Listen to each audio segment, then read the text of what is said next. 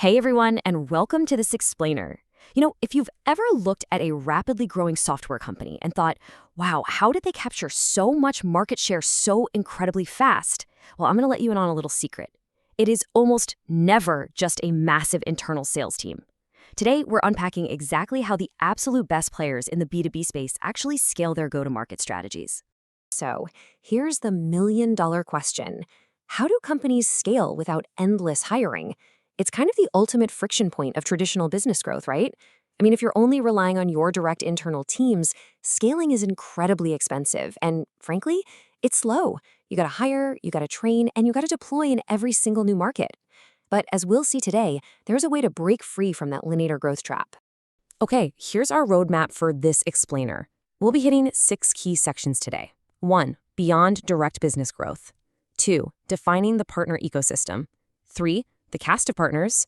4. Designing your partner program. 5. Measuring and managing success.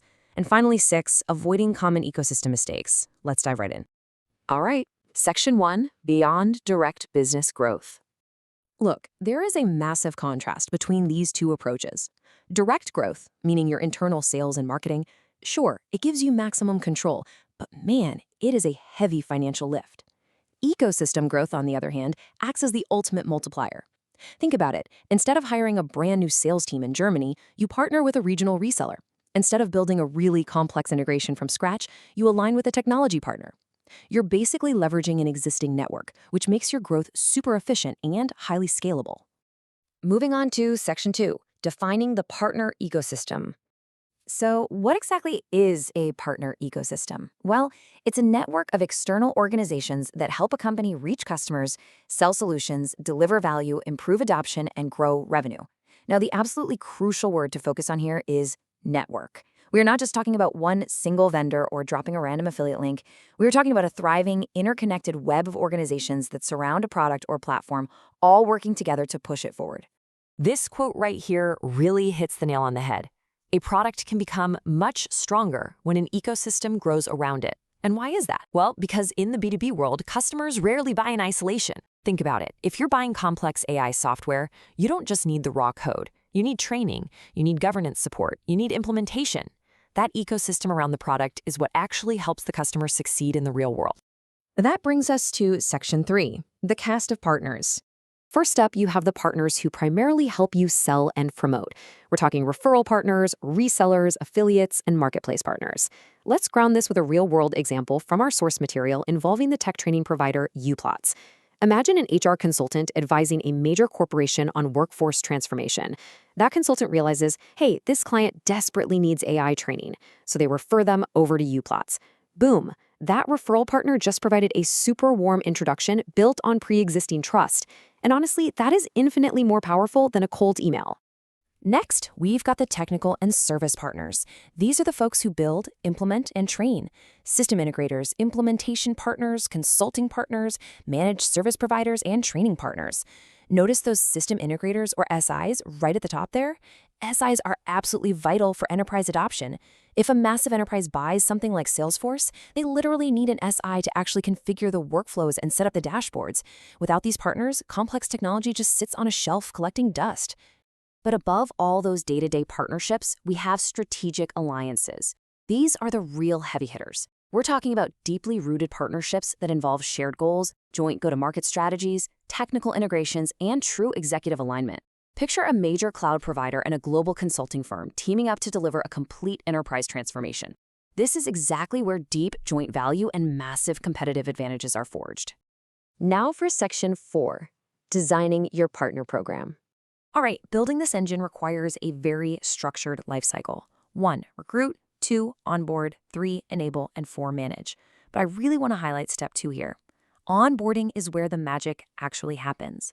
It's the difference between a signed partner and an activated partner. Because look, if you just sign a partner and don't take the time to teach them your ideal customer profile, your pricing, or how to actually do a demo, they're going to remain totally inactive. From there, you continuously enable them with new playbooks, and finally, manage that ongoing relationship.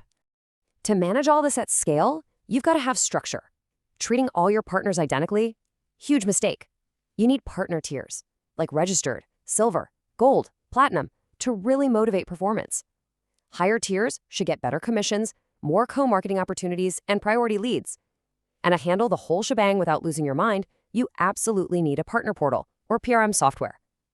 If your partners have to email you every single time they want to register a deal, your ecosystem is going to collapse under its own weight for sure.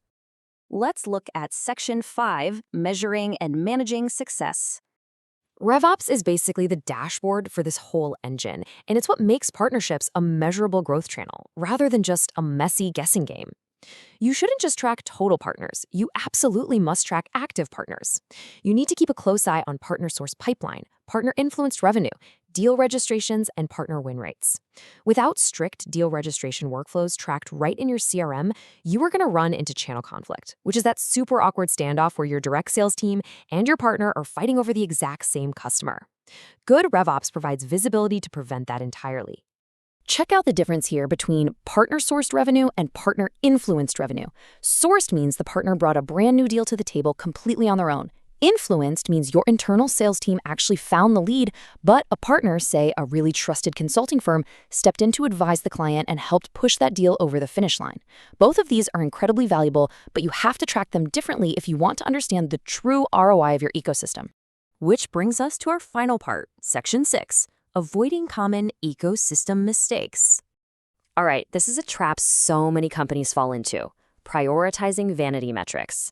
Look, having 500 partners on paper means absolutely nothing compared to having 20 active partners who are actually generating pipeline. If you're out there bragging about having hundreds of partners but only a handful are actually bringing in revenue, you don't have an ecosystem. You just have a Rolodex. Alongside weak onboarding, treating all your partners identically, and unchecked channel conflict, there's one fatal flaw: ignoring the customer success connection. Ultimately, partners shouldn't just be viewed as top-of-funnel lead generators. A thriving ecosystem is fundamentally about helping the customer succeed. If a partner helps implement a piece of software so well that the customer renews and upgrades, that partner is invaluable, even if they didn't source that initial lead. So, as we wrap up this explainer, I want to leave you with one vital question to help you audit your own strategy. Are you building a thriving ecosystem, or are you just collecting partner logos? It really is the difference between having a Rolodex and having a true growth engine. Thanks so much for diving into this with me.